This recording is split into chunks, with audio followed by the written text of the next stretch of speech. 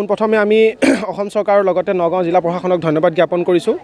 29 ডিচেম্বৰৰ দিনা অমিত শ্বাহ ডাঙৰীয়াই শুভোধন কৰাৰ পিছতো কিছু কাৰিকৰী দিশৰ বাবে এই এমাহ দিনজোৰা আপুনি বন্ধ কৰি ৰাখিব লগা হৈছে আৰু আজি সেই পবিত্ৰ ক্ষণটো আহি উপস্থিত হৈছে আৰু আজিৰ দিনটোৰ পৰাই নিয়ম আপোনাৰ গতানুগতিকভাৱে ইয়াৰ দৰ্শনৰ বাবে সকলোৰে দৰ্শন কৰিব পৰাকৈ মুকলি থাকিব আৰু আমি থান পৰিচালনা সমিতিৰ ফালৰ পৰা বা বৰদোৱাবাসী হিচাপে সকলোকে নিমন্ত্ৰণ জনাইছোঁ, সকলোকে আমন্ত্ৰণ জনাইছোঁ, তেওঁলোক আহক, আহি এই আধ্যাত্মিক আপোনাৰ এই আবিৰ্ভাৱ ক্ষেত্ৰ, এইটো অসমৰ একমাত্ৰ আধ্যাত্মিক আবিৰ্ভাৱ ক্ষেত্ৰ বুলি আমি ক'ব পাৰোঁ।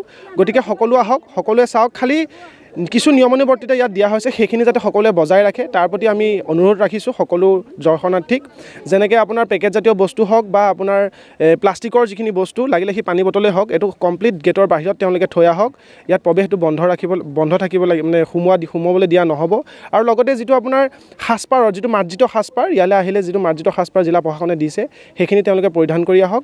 বাকী সকলো আহক, ভাল মনোভাৱেৰে আহক, আধ্যাত্মিক মনোভাৱেৰে আহক আৰু সুশৃংখল বজাই ৰাখক, এইটোৱে আমি আহ্বান জনাইছোঁ। অনুভৱ আমি ধন্যবাদ আপোনালোকৰ সংবাদ মাধ্যমলৈ এইকণ সুবিধা দিয়াৰ বাবে।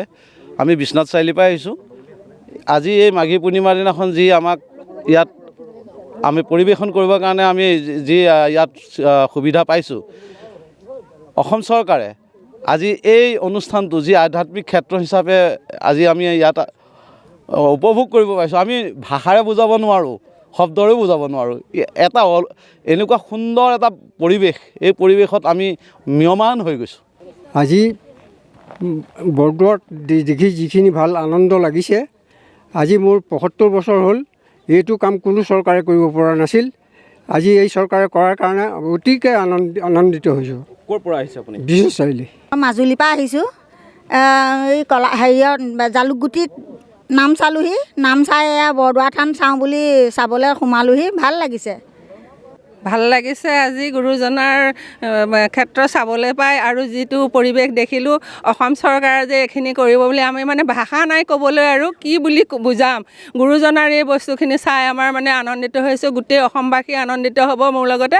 সেয়ে